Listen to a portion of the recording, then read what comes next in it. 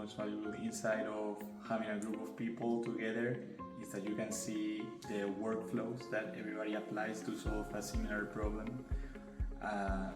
But also something very interesting is like to really see what are the interests of these different people, because every individual has an objective that they want to apply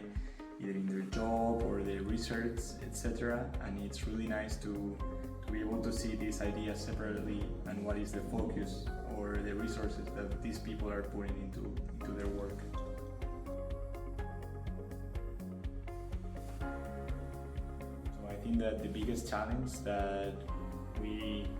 all face today was to manage this raw data that was given to us and try to implement it in our workflows, because we all had some different libraries or packages that we were interested into. So for example, people that were trying to integrate some of their methodology into WIFA, they had to first clear the data or find the structure of this data, and to be honest, the only way I could solve this issue was to put a bunch of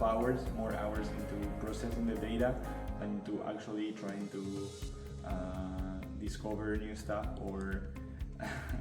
but I mean, it's like the hard step that you need to get into